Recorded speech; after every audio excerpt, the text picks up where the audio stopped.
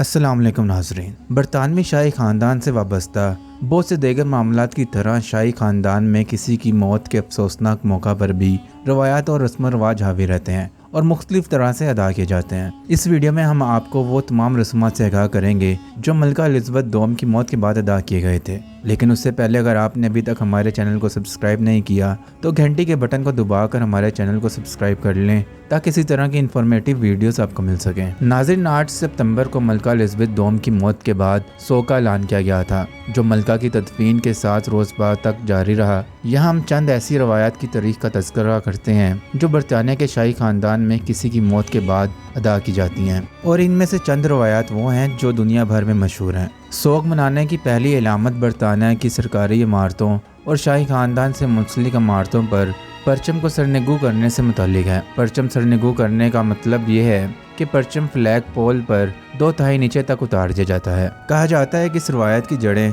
17वीं सदी से मिलती हैं। फ्लैग पोल पर परचम नीचा करने से ऊपर जगह खाली हो जाती है, जो इस बात की इलामत समझी जाती है कि दिखाई देने वाले परचम से ऊपर एक ना दिखाई देने वाला परचम भी है, जो किसी बड़ी शख्सियत की मौत की निशानदेही करता है। परचम सरनगू करने की इस रवायत का आगाज़ बहरी जहाज़ों पर हुआ था, जहां जहाज़ के कप्तान या सीनियर अफसर की मौत पर उसे खराज तहसीन पेश किया जाता था। जहाज़ का अमला इसका इजहार परचम सरनगू करके करता था। नाज़रीन, ये बात दिलचस्प है कि इस रवायत या कानून का इतलाक शाही परचम या रॉयल स्टैंडर्ड यानी इस परचम पर नहीं होता जो किसी मुकाम या इमारत में बादशाह या मलका की मौजूदगी को जाहिर करता है। यूँ शाही परचम कभी भी सरनगू नहीं किया जाता क्योंकि बादशाह का सिलसिला हमेशा जारी रहता है। जैसे मलका की वफ़ात होते ही उनके बड़े साहबजादे चार्ल्स बरतानिया के बादशाह बन गए और उन्हें शाह चार्ल्स सोम कहा जाने लगा। बरतानिया में शाही परचम के अलावा वो तमाम परचम मलका की तदफीन के दूसरे रोज़ सुबह 8 बजे तक सरनगू रहे। मलका की वफ़ात के बाद सिर्फ एक दिन 10 सितंबर को परचम सरनगू नहीं किए गए थे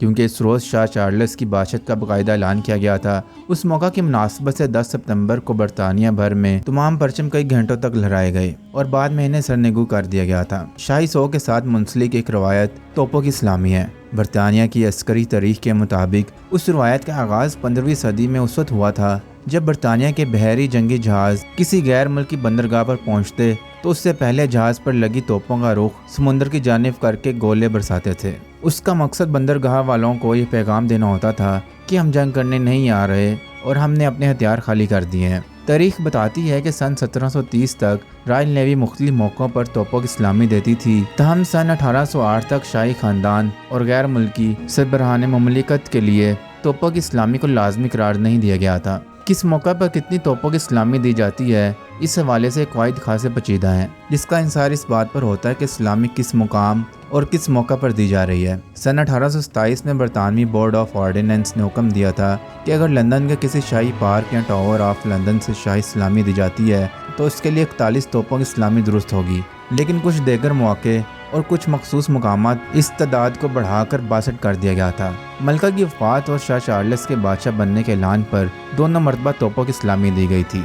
मलका की वफ़ात के दूसरे दिन यानी 9 सितंबर को लंदन के हाइड पार्क में 96 तोपों से सलामी दी गई क्योंकि मलका की वफ़ात 96 बरस की उम्र में हुई थी। जिस दिन मलका की वफ़ात हुई उसके अगले रोज़ चर्च ऑफ इंग्लैंड के तमाम कैथेड्रल में घंटियाँ बजाई गई थीं। मलका की वफ़ात बरतानवी तारीख के उन चंद मौक़ों में से एक है जब घंटियों का दम घोंट कर बजाया गया। इस टेक्निक में घंटियों के दोनों सिरों पर पैड लगाए जाते हैं ताकि घंटी की गूंज पैदा हो सके। लेकिन बाद में जब शाह चार्ल्स की बादशाहत के ऐलान पर खुशी का इज़हार मकसूद था तो पूरे ज़ोर शोर से घंटियाँ बजाई गईं। माजी के एक मशहूर राहब की तहरीरों से मालूम होता है कि इंग्लैंड में घंटियाँ बजाने की रवायत 7वीं सदी ईस्वी में भी मौजूद थी।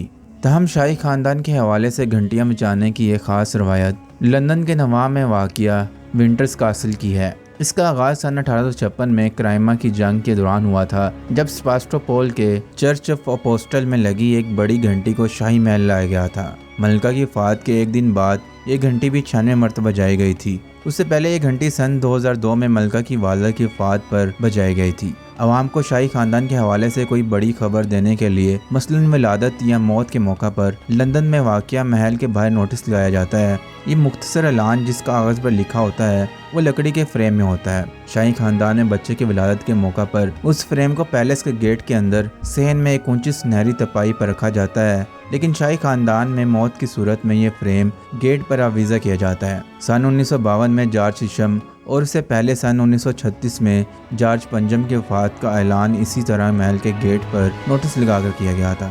ناظرین، اگر آپ کو یہ ویڈیو اچھی لگی ہو تو اس ویڈیو کو ضرور لائک کیجیے گا اور ہمارے چینل کو ضرور سبسکرائب کریں۔ اللہ حافظ۔